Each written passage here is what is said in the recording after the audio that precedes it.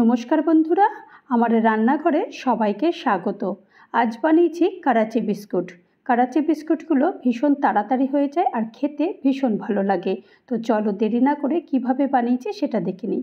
প্রথমেই একটা বোল নিয়ে এখানে 1/4 কাপ আমি ঘি নিয়েছি। পারলে তোমরা এখানে বাটারও নিতে পারো। এখানে 1/4 কাপ আমি চিনি নিয়েছি। বাড়িতে যে নর্মাল চিনিটা ব্যবহার হয় সেই নর্মাল চিনিটাই নিয়েছি। চিনিটা নেওয়ার পরে চিনি আর এই ঘিটা ভালো করে এটাকে মিশিয়ে দিচ্ছি। এই দেখো, যতক্ষণ পর্যন্ত না চিনিটা একটু হালকা গলে যায় ততক্ষণ পর্যন্ত এটা নাড়তে হবে। এখন আমি কিছু শুকনো উপকরণ দেবো। তার মধ্যে 1 কাপ আমি ময়দা নিয়ে নিয়েছি, আর 2 চামচ আমি কাস্টার্ড পাউডার নিয়ে নিয়েছি, আর 1/4 চামচ আমি এখানে এলাচ গুঁড়ো নিয়ে নিয়েছি। এখন এগুলো সবগুলো ভালো করে একটু চেলে নেব। এগুলো এখন চেলে নেওয়ার পরে তারপরেও আবার কিছু উপকরণ দেবো। তার মধ্যে আমি 1/4 চামচ আমি বেকিং পাউডার দিয়েছি, আর 2 চামচ আমি টুটি ফুটি দিয়েছি। এই বিস্কুটগুলোতে টুটি ফুটি দেওয়ার জন্যই না খেতে ভীষণ ভালো লাগে, আর মিষ্টি মিষ্টি হয়, বেশ ভালো লাগে। আর এই বিস্কুটগুলো বাচ্চারা তো পছন্দ করে, তা সত্ত্বেও বড়রাও কিন্তু এই বিস্কুটগুলো ভালো লাগে। আর এখন এগুলোকে ভালো করে একটু মেখে নিতে হবে। মেখে নিয়ে যখন একটু মুঠি মতো হবে, যে হ্যাঁ দেখো এখন মুঠি মতো হয়ে গেছে, তো দেখে মনে হচ্ছে যে এখন এটাকে ভালো করে মাখা হয়ে গেছে। এখন এখানে আমি 1/4 কাপ দুধ নিয়েছি। যতটা দুধ লাগবে ততটা দুধ নেব। যদি পুরোটা লাগে তাহলে পুরোটাই দেবো, আর যদি পুরোটা না লাগে তাহলে পুরোটা দেবো না। তো আমি পুরোটাই দিয়ে দিয়েছি। দিয়ে তারপরে এটাকে ভালো করে মেখে নিচ্ছি।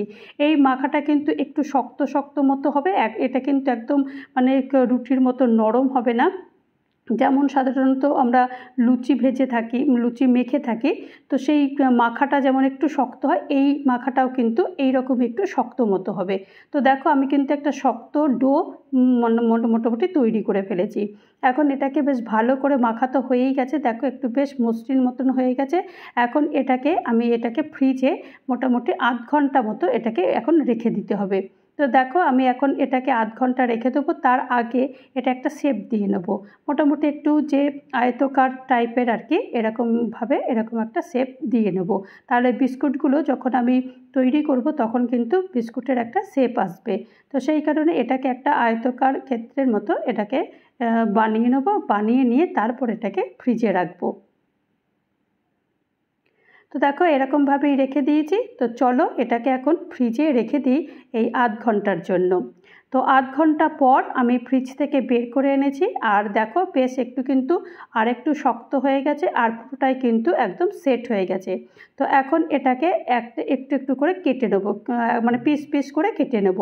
তো প্রথমে এই সাইডটা তো নেব না, প্রথমে সাইডটা বাদ দিয়ে দিলাম। তারপরের সাইডগুলো এই একটা করে এরকমভাবে কেটে নেব। তবে এগুলো একটু খুব পাতলাও তা নয়, আবার যে খুব মোটা করবে তাও নয়, মোটামুটি একটু মাঝারি সাইজের এই পিসগুলো করে নিতে হবে। তো দেখো আমি যেরকম করছি ঠিক সেরকম কিন্তু এই পিসগুলো করে নিতে হবে। আমি খুব মোটাও করিনি, আবার যে খুব পাতলা করেছি তাও নয়, ঠিক মাঝারি সাইজের এই পিসগুলো করে নিয়েছি। দেখো আমি যেমন দেখাচ্ছি ঠিক সেই রকমই পিসগুলো এরকম হয়েছে। খুব বড় যে হয়েছে তাও না, আবার খুব ছোটও যে হয়েছে তাও না, একদম মাঝারি সাইজের। এখন এগুলো একটা ডিশ নিয়ে নিয়েছি। ডিশের মধ্যে আমি আগে থেকে একটু তেল লাগিয়ে রেখে দিয়েছিলাম।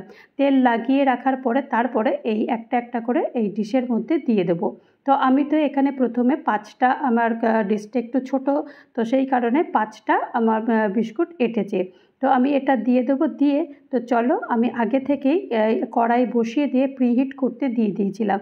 দিয়ে এখন এটাকে খুলে তারপরে এই বিস্কুটের ডিশটা আমি বসিয়ে দেবো। বসিয়ে দিয়ে একটু ঠিকঠাক করে বসাতে হবে যেন একটু ব্যাকা তেড়া না হয়।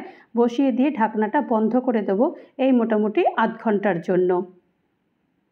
1/2 ঘন্টা পর আমি খুলে দেখব যে বিস্কুটগুলো হয়ে গেছে কিনা। দেখো আকারে কতটা বড় হয়ে গেছে, আর হাতে কিন্তু একটু লেগে নেই।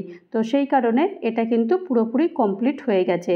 তো এটাকে চলো, এটা প্রচণ্ড গরম, এগুলো এখন একটু ঠান্ডা করব। তবে এগুলো কিন্তু এখনই আমি দেখাবো না, এটা পুরোপুরি ঠান্ডা হবে, তারপর আমি তোমাদের সামনে দেখাবো যে বিস্কুটগুলো কেমন হয়েছে। কারণ এখন গরম দেখালে পুরোপুরি একদম পুরো নরম হয়ে যাবে, বিস্কুটগুলো কিন্তু শক্ত হবে না। আর দেখো আমি পুরোপুরি ঠান্ডা হয়ে গেছে, বিস্কুটগুলো আমি নিয়ে চলে এসেছি।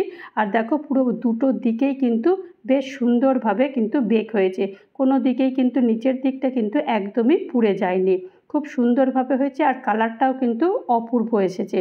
তো দেখো কতটা তাড়াতাড়ি কতটা সুন্দরভাবে এই বিস্কুটগুলো তৈরি হয়ে গেল। তো তৈরি হয়ে গেল আমার করাচি বিস্কুট। এই করাচি বিস্কুটের রেসিপি যদি তোমাদের কারোর ভালো লাগে তাহলে অবশ্যই একটা লাইক করো, কমেন্ট করো, পারলে আমার চ্যানেলটা সাবস্ক্রাইব করে আমার পাশে থেকো। ভালো থেকো, সুস্থ থেকো, নমস্কার।